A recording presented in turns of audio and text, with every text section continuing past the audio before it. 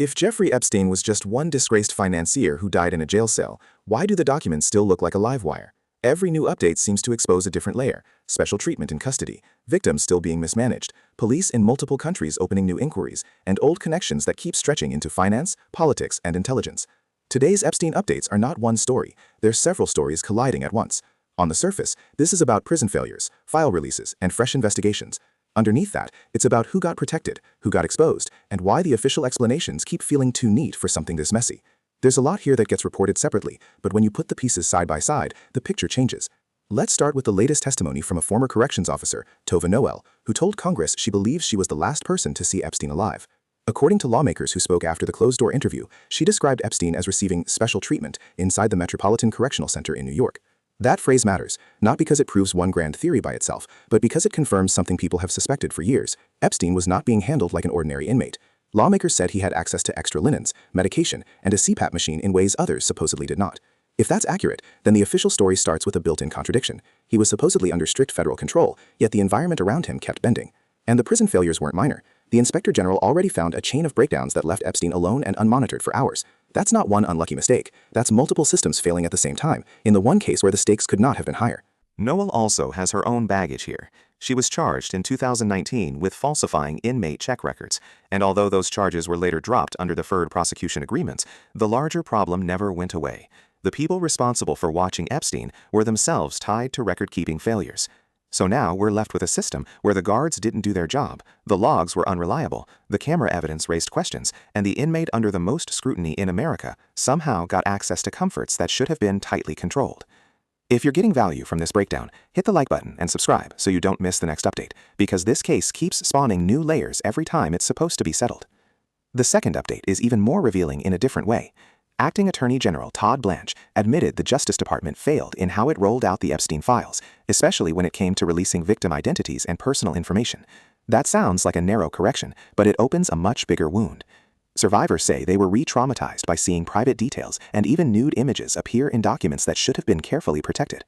Blanche told senators the mistakes affected only a small percentage of the millions of pages released, and he argued that once errors were flagged, the department corrected them. But survivors and their attorneys are pushing back hard, saying that's not how it happened. That conflict is important because it shows the gap between bureaucratic language and lived reality. In a hearing room, a small percentage sounds manageable. In the hands of a survivor who sees her name or personal material released, it's not manageable at all. It's a repeat violation. And according to the lawyers speaking out, the corrections were not instant, not universal, and in some cases, documents were reposted still unredacted. So we have a government that says it learned from the era, and victims' lawyers saying the problem kept happening anyway. That's not a small disagreement. That's a direct clash over whether the institution can be trusted to police itself. There's another detail here that gets buried too easily. Blanche also argued the DOJ couldn't legally release the material until Congress passed the Epstein Files Transparency Act and the president signed it. But the earlier DOJ memo supposedly said there was no further disclosure warranted and cited victim privacy and lack of evidence against uncharged third parties. Notice what's missing from that logic: any clear, upfront admission that the public had a right to know, or that the department had a duty to move faster. That's where the story starts to widen. The file releases are not just about disclosure, they are about curation. Who gets named, who gets shielded, who gets redacted, and who gets to claim the process was fair after the damage is done. Now look at what's happening outside the US.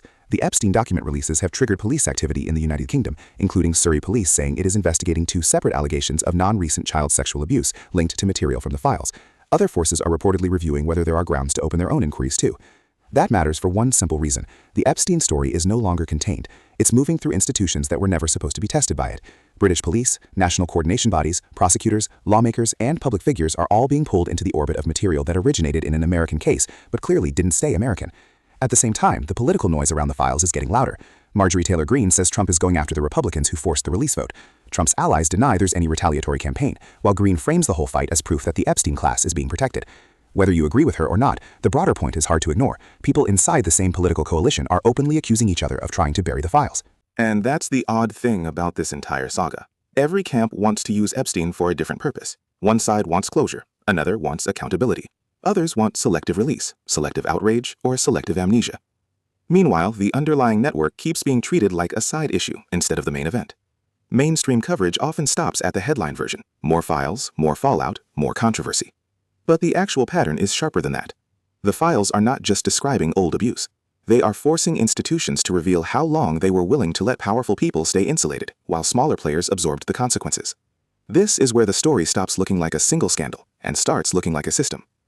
Recent reporting tied Epstein to U.S. Treasury discussions about cryptocurrency during the Obama-era Iran sanctions push. He was meeting officials, discussing crypto, moving through policy circles, and even emailing people like Peter Thiel and William Burns.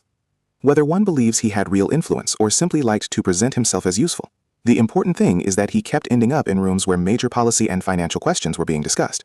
That's not normal. It's also not the profile of a man on the margins. Then there's the reporting on the Manhattan apartment controlled by Epstein that had Israeli security equipment installed and managed through communications involving Israeli officials.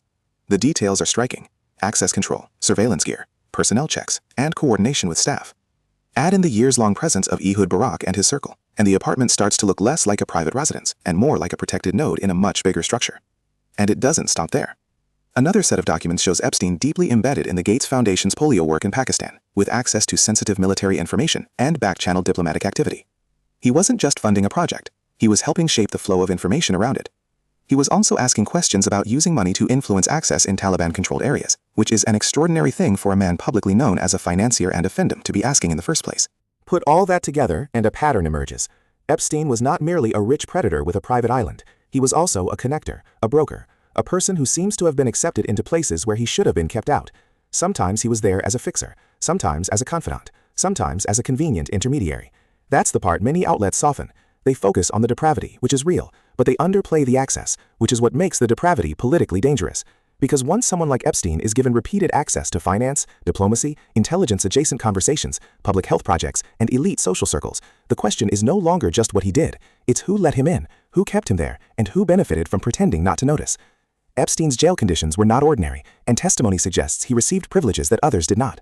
The DOJ's file release process is still harming survivors, and the official version conflicts with what victims' lawyers are reporting. The Epstein fallout is now international, with UK police and other agencies reviewing allegations tied to the file dumps.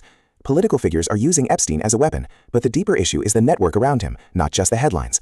New reporting keeps showing Epstein inside finance, policy, security, and philanthropic channels where he should have had no business being.